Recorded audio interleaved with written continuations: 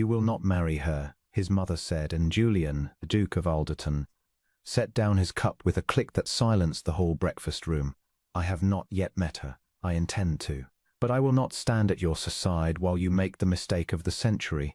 He looked at the woman who had raised him, who had ruled Alderton Hall these 20 years like a queen in morning silk, and he answered her without heat. "You will meet Rosalind on Thursday. You will judge her fairly. And then, mother, you will love her, because I do." The Dowager Duchess did not argue. That, he ought to have known, was the danger. She merely folded her hands and gazed out the tall windows at the frost on the yew hedges, and something moved behind her eyes that Julian was too content to notice. Rosalind Vane was the daughter of a country parson, dead these 3 years. She had no fortune, no title, no glittering aunts to smooth her way through a drawing-room. She had a mended cloak, a way of looking directly at a man as though his rank were a coat he might take off, and hands that had scrubbed and mended and nursed the sick of a poor parish. Julian had met her when his carriage overturned in the rain outside her village, and she had taken him in, splintered his coachman's arm without flinching, and served him weak tea in the only unchipped cup she owned. She had not known who he was.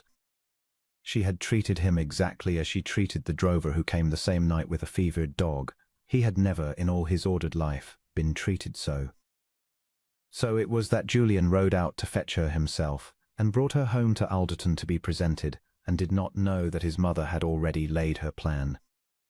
The Dowager Duchess of Alderton was a clever woman, and she loved her son past all reason, and she had watched 3 fortune hunters and 1 cold-hearted beauty try for him before this. She trusted no girl's manners in a duchess's drawing-room, where every soul was on her best behaviour. She wanted to see the girl unwatched. And so, on the morning Rosalind arrived, the Dowager Duchess did a thing that scandalized her maid to the roots of her cap. She dressed in the grey stuff gown and white apron of an upper servant, tucked her famous silver hair beneath a plain cap, and went below stairs to serve. Julian knew none of this.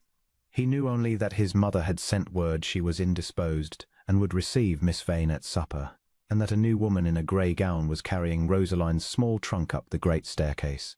"You needn't carry that," Rosalind said at once on the stair. "It is heavier than it looks, and you have already climbed twice this morning. I saw you. Here, give me the strap and take the other side, and we shall manage it between us like sensible creatures." The disguised dowager, who had expected to be ignored or ordered about, found herself sharing the weight of a trunk with a parson's daughter who noticed how many times a servant had climbed a stair. "It is my work, miss," she said stiffly. "It is our work now," said Rosalind, "for I have made it so, and you cannot get rid of me. What is your name?" The dowager gave the name of her old nurse. "Martha, miss." "Then thank you, Martha." Julian, arriving at the top of the stair, saw only his beloved and a maid setting down a trunk together, both a little breathless, both laughing at some small triumph. He did not look twice at the maid. He had eyes for one person in the world. "You are here," he said to Rosalind, and the whole grey house seemed to warm by 10 degrees. "I am here," she said, "and your house is very large, and your servants very kind, and I am terrified, and I will not show it, so you must not either." He took her hand and kissed it there on the landing in front of Martha, and the Dowager Duchess watched her son's face do a thing she had not seen it do since he was a boy, soften completely, without guard, without calculation. She said nothing. She curtsied and withdrew. But she was not finished. Over the next 3 days, the disguised dowager wove her tests as a spider weaves. She served Rosalind cold tea and watched to see if she would complain. Rosalind drank it and thanked her and said the day was cold and no fault of anyone's. She forgot to light the fire in the girl's room, and returned an hour later to find Rosalind on her knees laying the fire herself, hands sooty, entirely unbothered, remarking only that she was glad to be useful and had missed the honest work of it. She spilled a jug of water across the girl's one good gown the night before an important dinner, and braced for tears or fury, and Rosalind, standing in the ruin of her only fine dress, looked at Martha's stricken face and said, "Oh, please don't distress yourself. It is only water. It will dry, and if it does not dry, then I shall go down in my grey travelling dress, and the Duke will have to love me in that, which will be a very good test of him, don't you think?" The Dowager Duchess turned away so the girl would not see her face. She had one test left, and it was the cruelest, and she did not know until she had set it in motion how much she would come to regret it. On the fourth morning, the dowager arranged for a message to reach Rosalind below stairs, a false one, that a scullery maid named Nell had been dismissed without a character for a broken vase and turned out into the cold with nowhere to go, and that the housekeeper had washed her hands of it. It was a lie built to see one thing, whether a parson's daughter, poised to become a duchess, would trouble herself over the fate of the lowest servant in the house, or whether she would look away and guard her new position. Rosalind did not look away.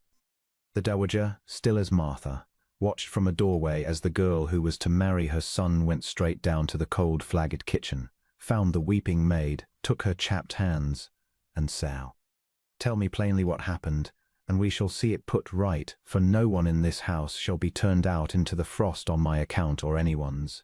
And when she learned the vase had in truth been cracked already, and the girl blamed unjustly, Rosalind did not send a servant.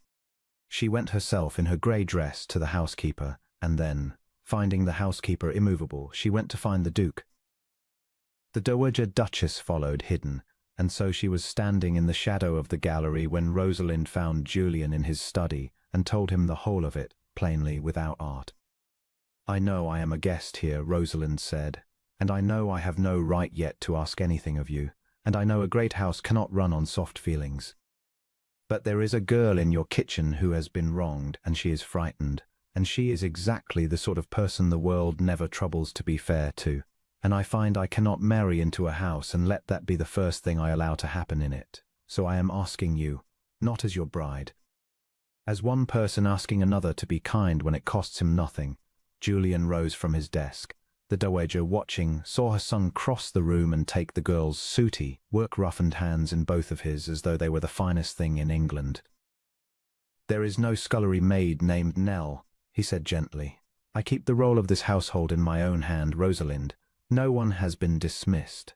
Someone has told you a false tale to see what you would do." Rosalind went very still. Then, slowly, she understood, and colour came into her face, not anger, but something quieter and more wounded. "Then I have been weighed," she said, "and found troublesome. Well, I would do it again." "If you cannot love a woman who would go down to the kitchen for a maid, Julian, then you had better find out now, and so had I. I have never," said the Duke, "wanted to marry you more than I do at this moment."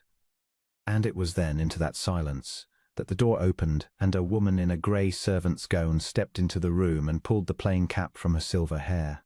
Rosalind's breath left her. Julian turned and saw his mother, the Dowager Duchess of Alderton, standing in an upper servant's apron, her eyes wet. Ma said, low and dangerous, "What have you done?" "I have been unforgivable," the Dowager said, "and I have never in my life been so glad to be proven a fool." She came forward, this proud woman who had ruled Alderton like a queen, and she stopped before the parson's daughter she had spent 3 days trying to break.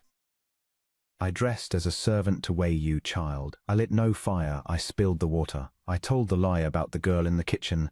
All of it was me, and you passed every test I set with more grace than I have shown in 40 years. You shared a trunk with a stranger you thought a maid. You worried how many times I had climbed a stair." Her voice cracked. "No one has worried over me since my husband died, and you did it when you thought I was no one at all." Rosalind's eyes had filled. "You are not no one," she said. "You are Julian's mother, and I would have carried that trunk for you 100 times over, disguise or none, because that is simply how one ought to treat another soul, and I only wish I had known so that I might have been kinder still." The Dowager Duchess took the girl's face in her 2 hands. "That," she whispered, "is precisely why you shall be my daughter." Julian stood between the 2 women he loved most in the world and found he could not speak at all. They were married in the spring, in the little grey church of Alderton, and the Dowager Duchess herself dressed the bride, and set on Rosalind's brow a circlet of pearls that had belonged to 3 duchesses before her, and wept without shame in the front pew. And when the great families of the county murmured that the Duke of Alderton had thrown himself away on a penniless parson's daughter with soot under her nails, it was the terrifying old Dowager Duchess who rose at the wedding breakfast, silenced the room with one glance, and said, "My son has not thrown himself away. My son has married the only truly noble person I have met in 50 years in society, and I ought to know, for I disguised myself as a servant in my own house to try to find her out, and she was kinder to a serving woman she believed beneath her than any of you have ever been to me. If any soul at this table thinks the less of her for her birth, they may say so now to my face, and then they may leave my son's house and never return." No one said a word. And Rosalind, seated beside her duke, reached under the table and found his hand, and he held it, and the winter that had lived so long in Alderton Hall was gone for good. There was one more thing, small and unrecorded, that Julian carried with him all his days.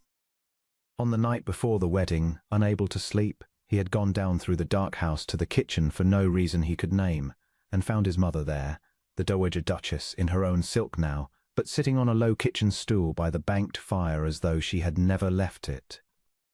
Beside her sat Rosalind in a shawl, the two of them with their heads bent together over a bowl of the next day's almonds, blanching them by candlelight and talking low. He stood in the doorway and did not let them see him.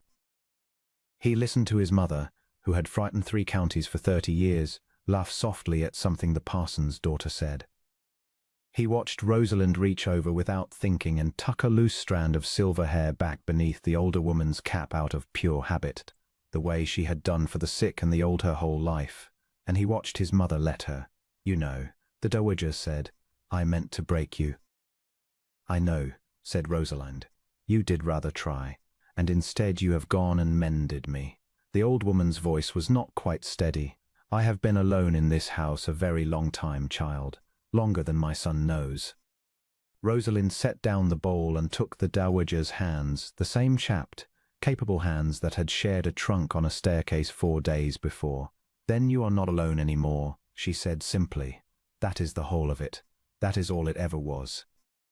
Julian withdrew silently up the dark stair, and did not tell either of them what he had seen, and married his bride in the morning with a heart so full he could scarcely say the words.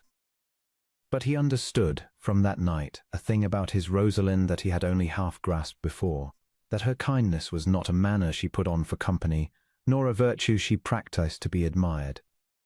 It was simply what she was all the way down, whether the world was watching or whether she believed herself alone in a cold kitchen with a serving woman no one else would trouble to thank.